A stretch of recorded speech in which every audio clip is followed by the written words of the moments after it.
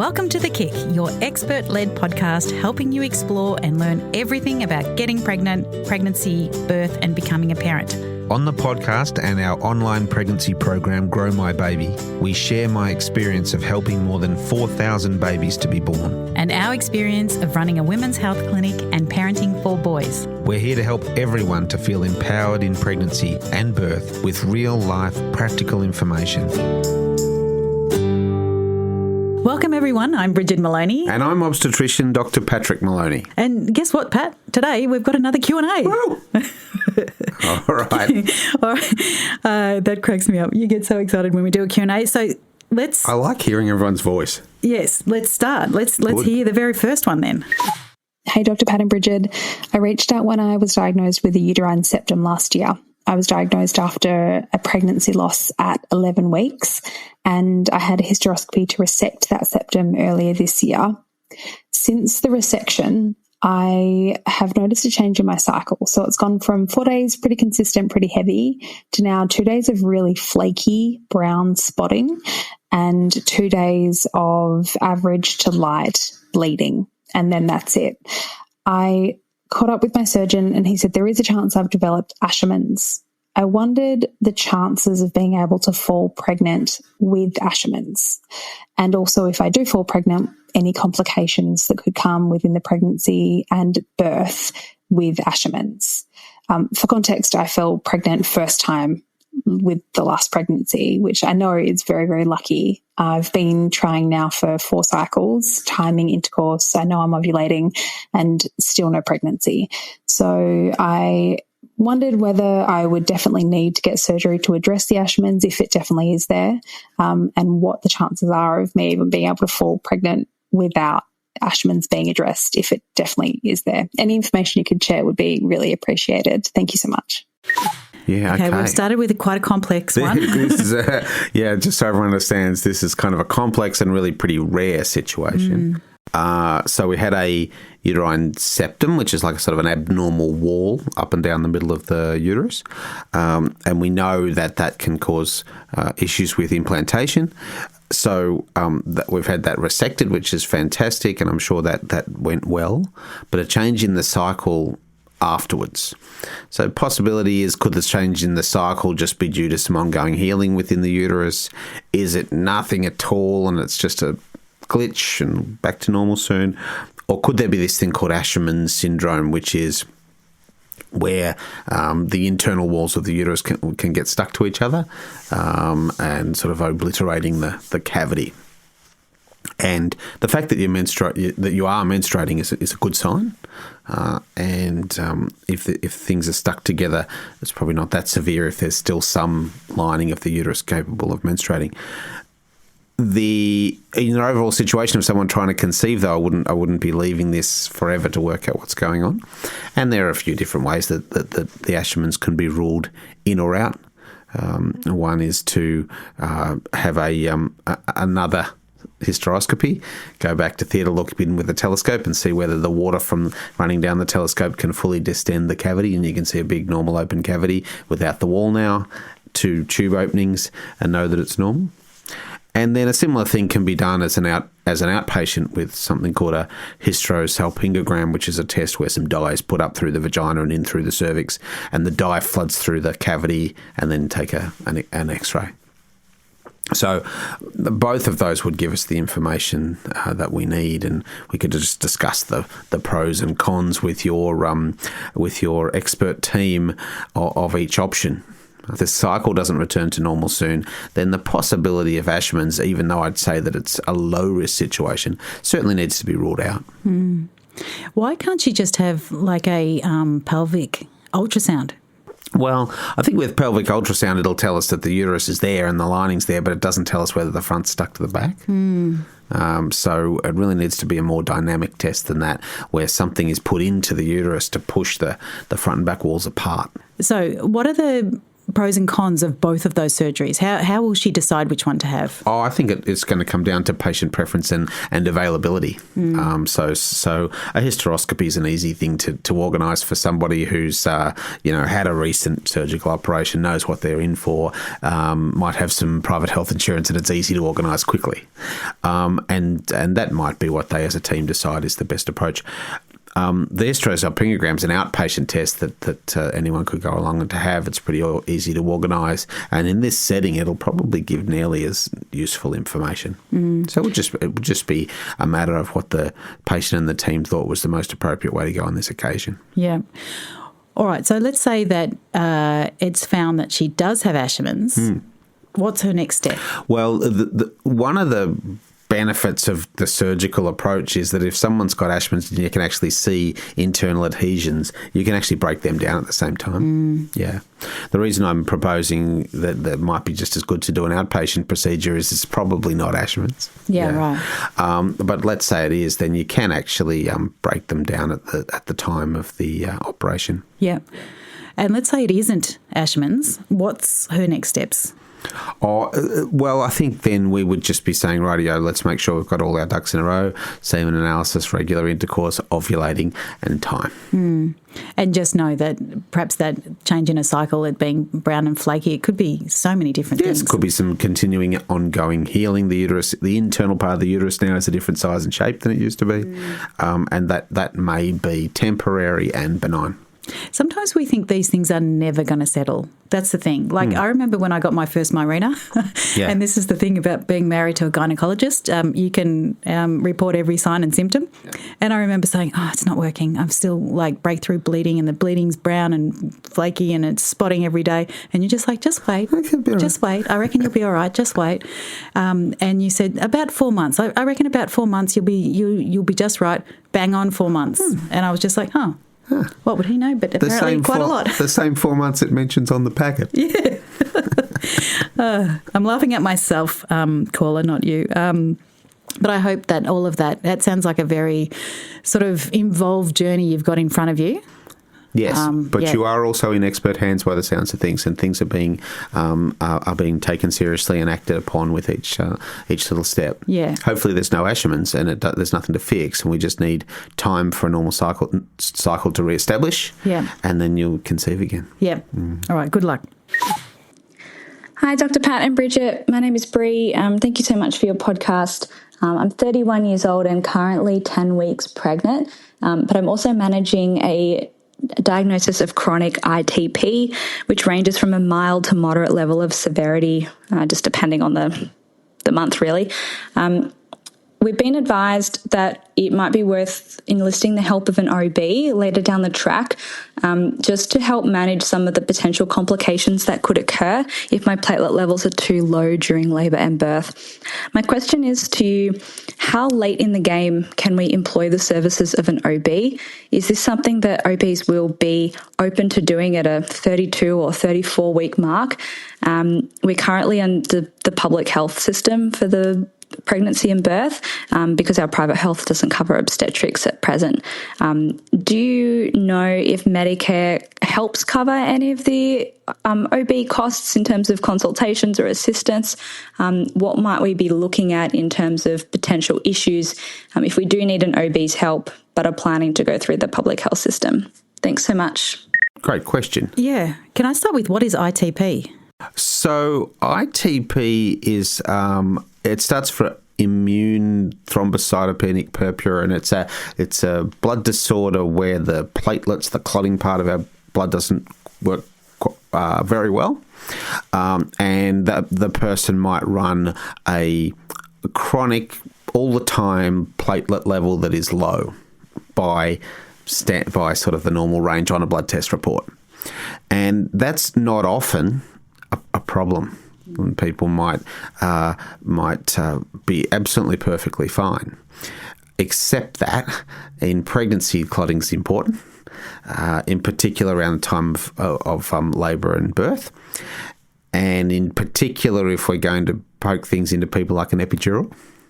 So we need the clotting system to be working well, and there are And certainly monitoring a pregnancy in someone with ITP, it's important to be in expert hands for that.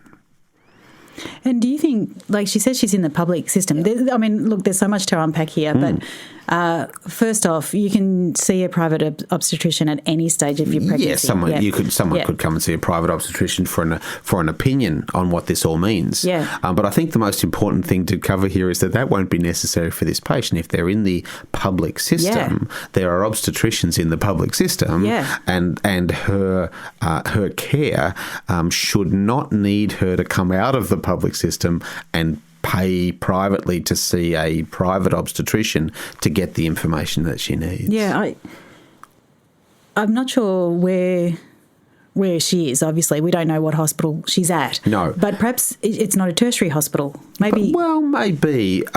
So let's say, for example, the problem is that the patient is in a regional centre or something, or perhaps under the care of a GP obstetrician, and feels like her situation needs a higher level of expertise.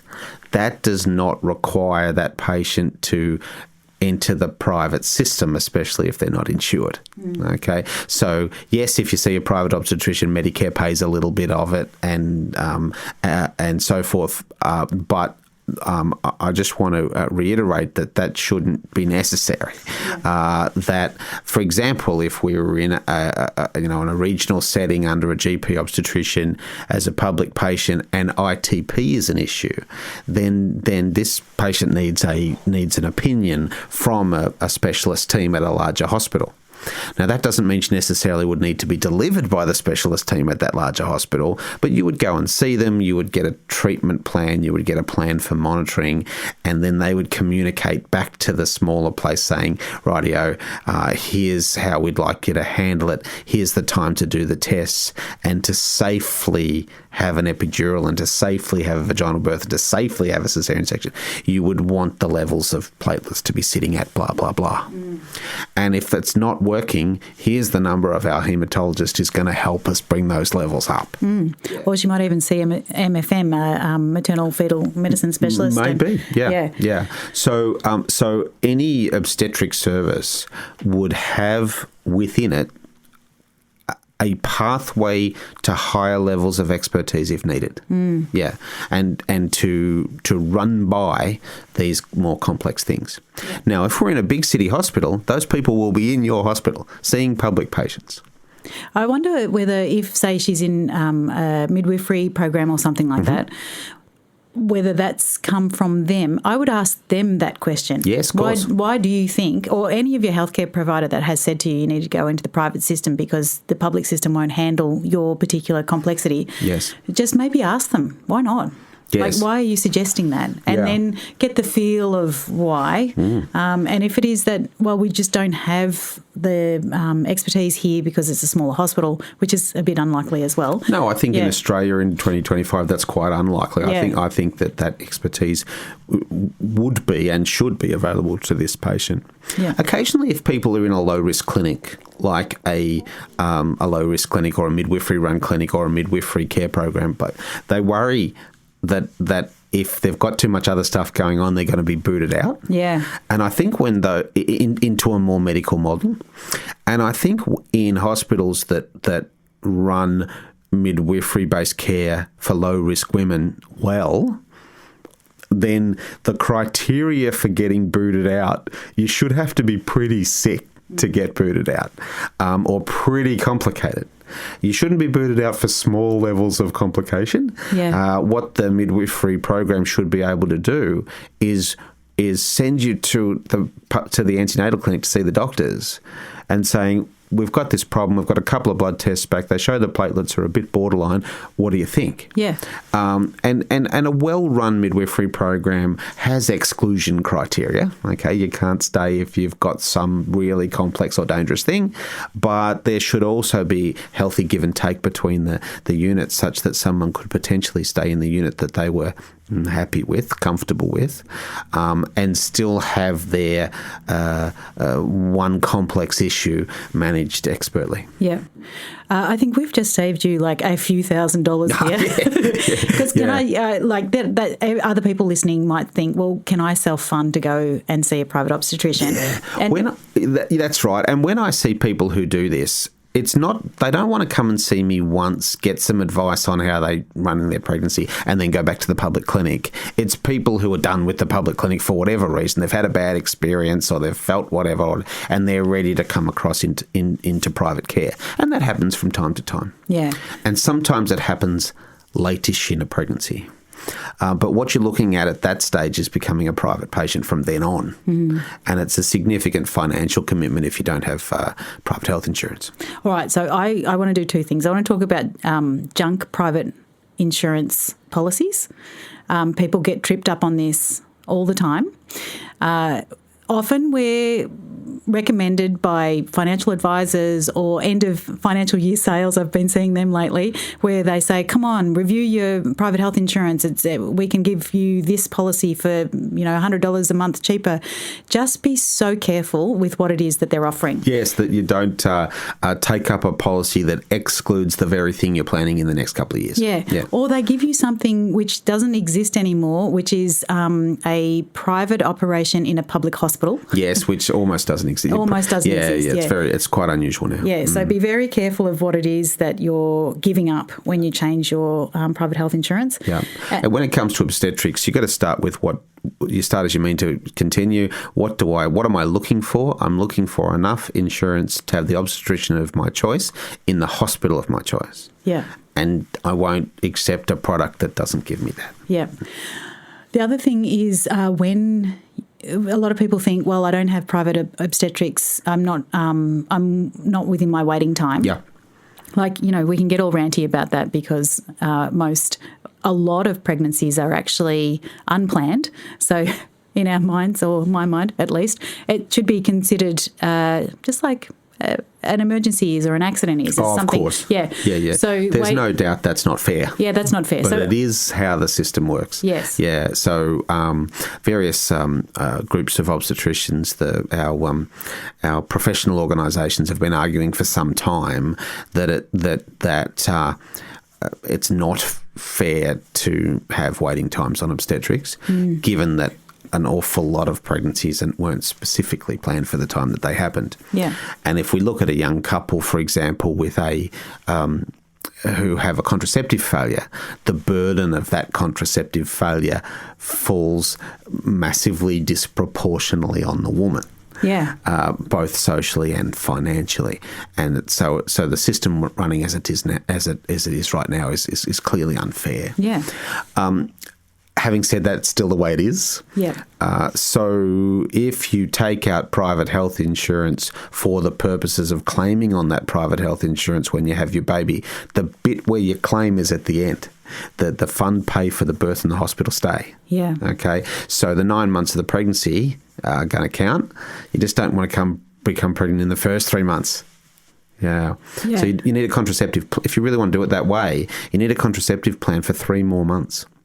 So that 12 months will be up by the time you want to claim. Yeah. And you claim at the end. Yes. So just to clarify that, so the time being pregnant is included in your waiting period. Yes. Yes. We've seen that trip up a little bit too sometimes. Don't bank on it because you might have your baby early. Yes, that's right. So 3 months is the bare minimum. Yeah. You might be wise to wait just a touch longer. Yeah.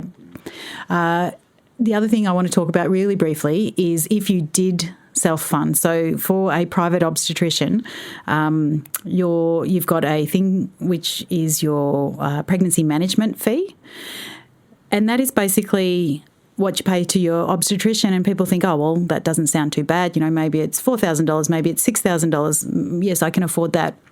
On top of that, though, what people who are self-funding often don't understand is that they've also got to pay for the hospital per day. And the hospital per day can be $1,300, $1,500 or more. And then if they need an anaesthetist, that anaesthetist is also you're funding that anaesthetist too, so that might be a couple of grand. Then you might have a paediatrician. None of that is covered. You will get some back from Medicare, but none of it's really covered. So your self-funded baby might be your obstetrician's cost plus all of the hospital costs. So just factor that all in, and people can ring a clinic and say, what does it cost to have a self-funded private birth with this obstetrician? And people do it. Typical phone calls we get would be an overseas citizen who's not entitled to Medicare. And potentially doesn't have health cover in Australia, and they would say, I'm paying cash, what would that cost? Or people who become pregnant unexpectedly, always thought that they would get around to getting private cover, haven't done so, but are prepared to pay it in cash. And not cash. It sounds like we're putting it under the table. I mean, Mr. in their own money. In their own money. And look, that happens, but it's expensive, and it starts to make private look good. Yeah, private health insurance. Yeah, exactly. Private insurance look good. Yeah. All right. So I know we went off on a tangent. I think it's important. There's lots of people that are listening that are just trying to get pregnant and think that they, what option will they go to? Yes. Public, private? Yeah, whatever. it's just that the caller mentioned changing care late in the pregnancy, and typically that comes with unwanted financial considerations. Yeah, good. Well, I hope we've solved your problem, and good luck with your pregnancy. ITP, definitely an issue, definitely needs to be sorted out. It will be sorted out, but there will be expertise within your booked hospital to handle that. Hi there, it's Ashani Dante here. And me, Dr. Anastasia Horonis. We are the hosts of But Are You Happy?, your favourite self-development podcast. Tune in this Saturday to find out why we all have an inner critic and how you can train it to be a bit nicer to you. But Are You Happy? New apps drop every Saturday morning, wherever you get your podcasts. All right, let's move on to this caller, Pat. Hi, Dr. Pat and Brigid. First, just wanted to say thank you for your podcast. It was really useful with my first baby, and I'm really loving re-listening to all the episodes again. Just a quick question in regards to placentas. This placenta, I'm 28 weeks, and I've just found out that it's low-lying and bi-lobed. I know there's a good chance of it moving with it being low-lying, but even if it does, I just wanted to know what the kind of risks were with it being bi-lobed as well, and what your general advice would be in terms of birth options, going vaginal or C-section. I know that there's a good chance of hemorrhaging after, and I don't know if this is better managed via vaginal birth or via C-section. I'd just love to hear your thoughts and what you would be suggesting. Obviously, my medical team have their views on it, but I'd be really interested to hear what your view is on a bi-lobed, low-lying placenta, or even just a bi-lobed placenta if it isn't low-lying by the time I'm ready to give birth. I look forward to listening to your next episode. Thank you.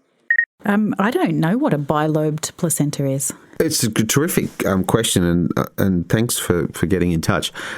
So a bi-lobed placenta is just where, instead of being one big dinner plate, it's like two small dinner plates, where the overall sort of surface area of the placenta is about the same, but it's in two bits. And typically the two bits are connected by some vessels that run between the two, and it functions just like one big placenta, but it's got two masses to it that are connected in the middle. And where it gets interesting is if any of the vessels that run between the two lobes of the placenta, if they cross the cervix, that's bad. That's a complex situation that is potentially quite dangerous if the woman labours at all, as those vessels can break. And there can be a sudden and very serious hemorrhage, because all of that blood in there is fetal blood, right? So the baby doesn't have much of that to spare. So what it comes down to is expert ultrasound that tells us, firstly, at the business end of the pregnancy, where are the lobes of the placenta, and do any of the vessels that connect the two abnormally cross the placenta, or are in a location where they could be damaged as the fetal head comes down. And so if there's any, if the presence of those abnormal vessels is confirmed, or there's any real doubt about it, then birth by caesarean section is the answer. If we can be very confident that it's a placenta with two masses, but none of it's low lying by the end of the pregnancy, there's no chance of any of the vessels crossing the cervix. Then there won't be vessels there that can get disturbed by the labour starting or the membranes breaking or the head coming down, and that person would be suitable to have vaginal birth.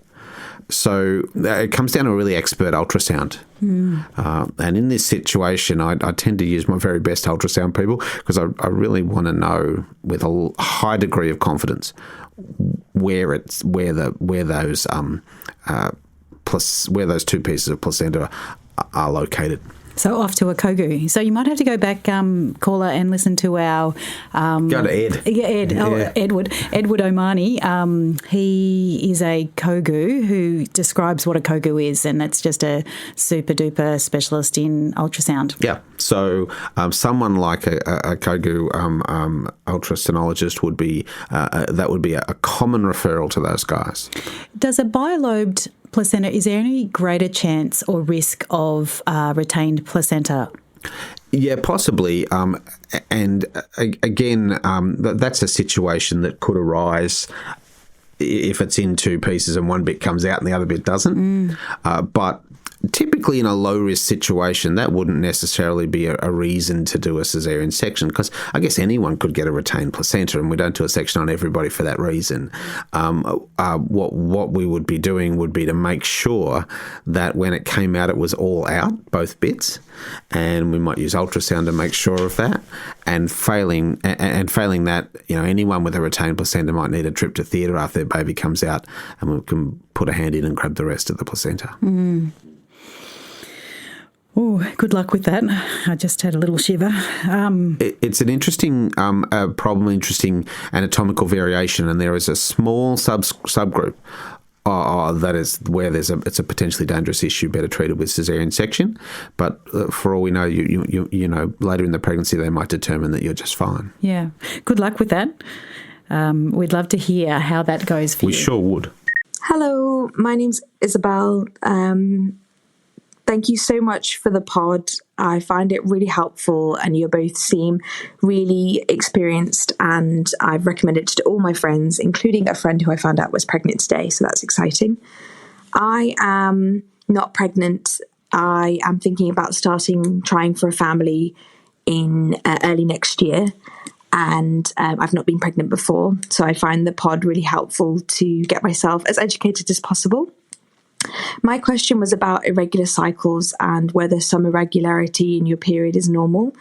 I have been off hormonal contraception for a year, and I found that my cycles have been sometimes 18 days, sometimes 36 days, but generally falling between 26 to 33, with some of them being irregular. I don't have a diagnosis of polycystic ovarian syndrome, and I've had a normal ovarian ultrasound, and I don't have any other symptoms consistent with PCOS. I am on spironolactone for another medical condition, which I know can make your periods irregular. So I don't know whether that's the case for me. I'm going to see my GP about it. But just wanted to know whether some irregular cycles, every now and then are normal, or whether I should look into this further. Thank you so much for the pod and for all your advice. Now, that's someone that's really getting their education in. Getting organised. Just thinking about pregnancy. That's so great. Yeah. And it's a good example of a problem that is best mentioned at a family doctor GP level before we get started, in case it's a real issue, and we don't want to have to waste a whole bunch of time trying when, for example, these could be anovulatory cycles. Yeah. So there's enough going on there with the variation in the cycle length to, at the very least, be doing some ovulation predictor kits. Yeah, and you do that yourself. You don't need the doctor. Just go to the pharmacy and get some, and start seeing whether they reliably turn positive on a certain day of your menstrual month. Especially if she's having some cycles that are 16 and some that are 30. Like, when would you know that? Well, this is the problem, right? Even if they turn out to be ovulatory cycles with varying lengths, which can happen. People will seek treatment because unless they're newlyweds and having sex every single day, they want to know when to time intercourse. And that's when those ovulation predictor kits really become very useful. Discussing it at a family doctor level, doing some baseline testing, day 21 progesterone test, trying to track down the day of ovulation a little more precisely would be a great step. Using ovulation predictor kits to see if they turn positive at all. And then so that when you're ready, you really are ready. Can we just explain more what a day 21 test is? We talk about it a lot, and I just want a little snippet from you about what a day 21 is. Sure. Those ovulation predictor kits, when they look like a pregnancy test, and you wear them, it says you're gonna ovulate tomorrow. What that's measuring is a thing called an LH surge, which is a surge in a hormone that comes out of your brain and goes down to the ovaries and tells them to make an egg tomorrow. And that's good for the timing, but it doesn't actually tell you that you have ovulated. It says you're going to ovulate tomorrow, but that hormone is just the message. It's not the result. So we want our ovaries to receive that message, complete the act of ovulation, and then in the menstrual cycle, in the second half, after the eggs come out, the ovaries produce a lot of progesterone. And if you test that hormone on day 21 and it's high, then you know that it's high because the woman's ovulated.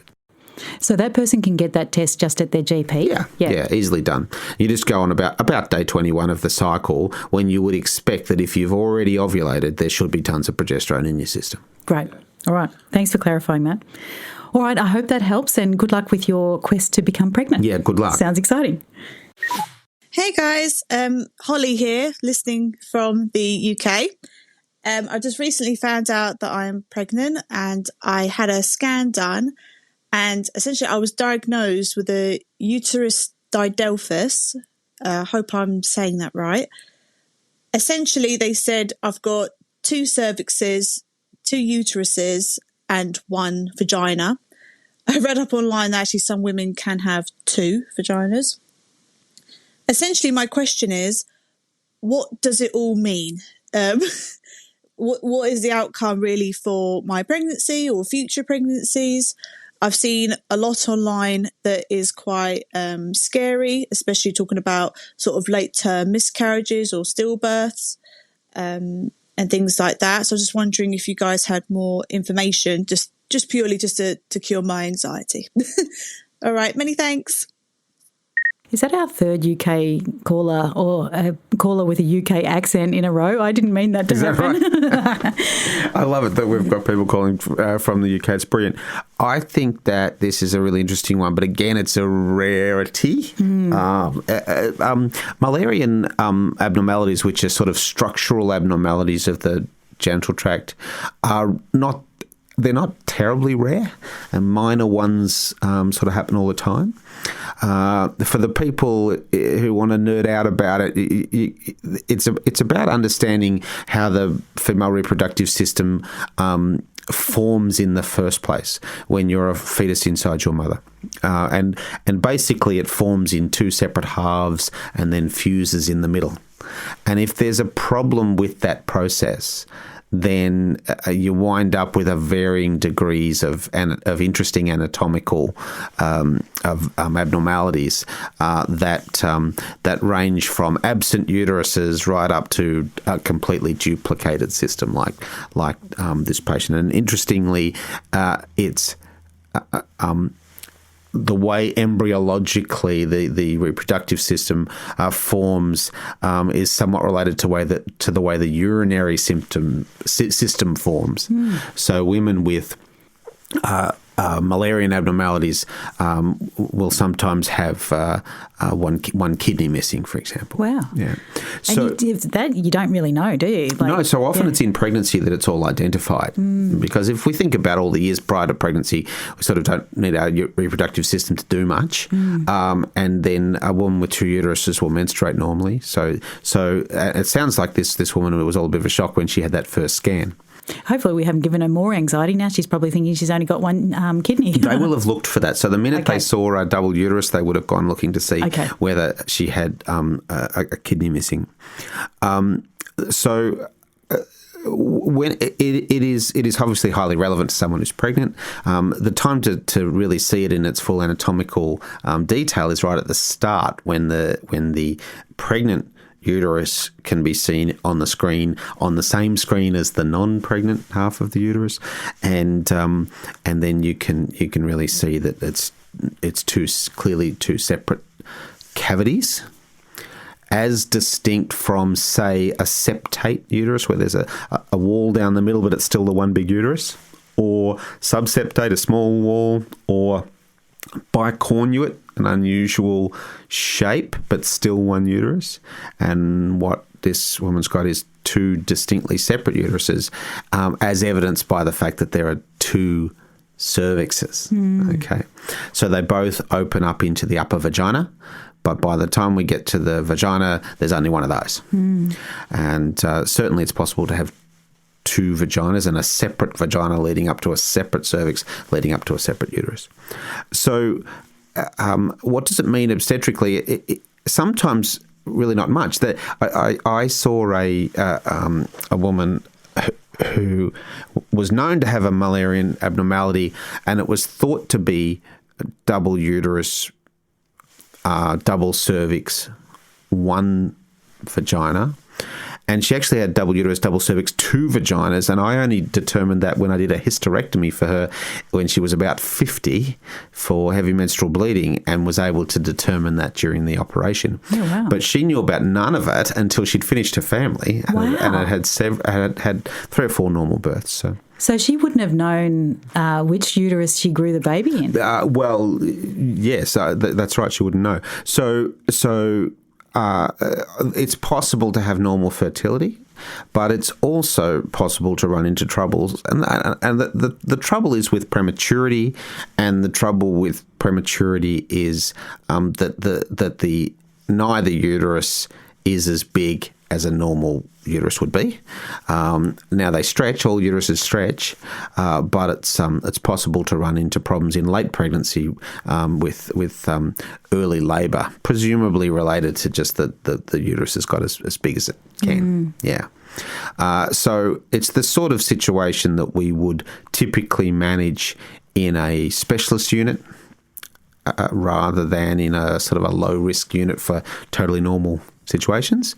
But having a vaginal birth is still possible. If it comes to caesarean section, the team having a really good understanding of what the anatomy is likely to be like when they open you up is important.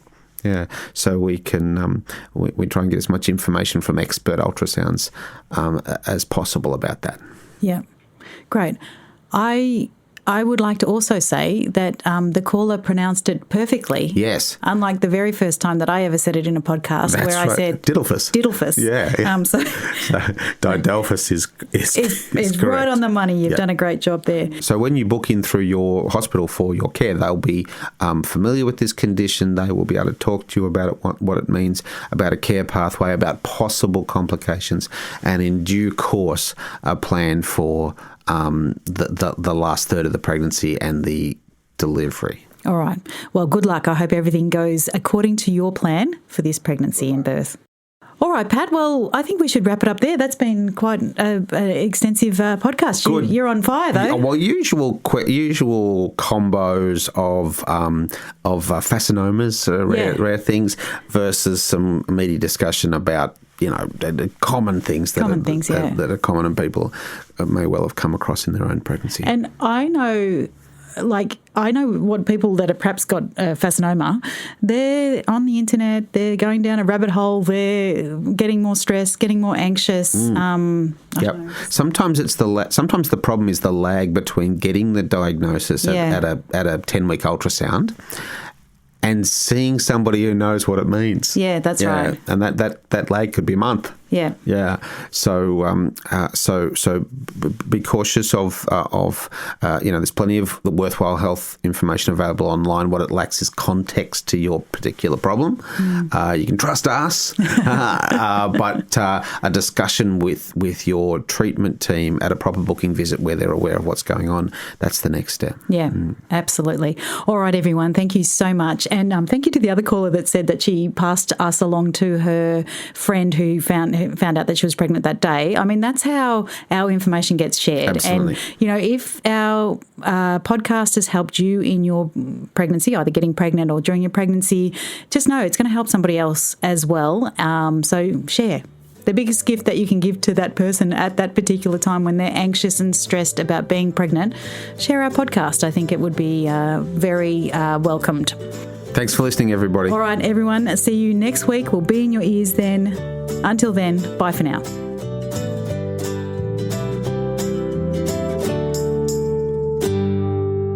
Hey, even though Dr. Pat is, a doctor, and we get lots of other doctors and other experts on our podcast, I just need to remind you that this podcast is for informational purposes only.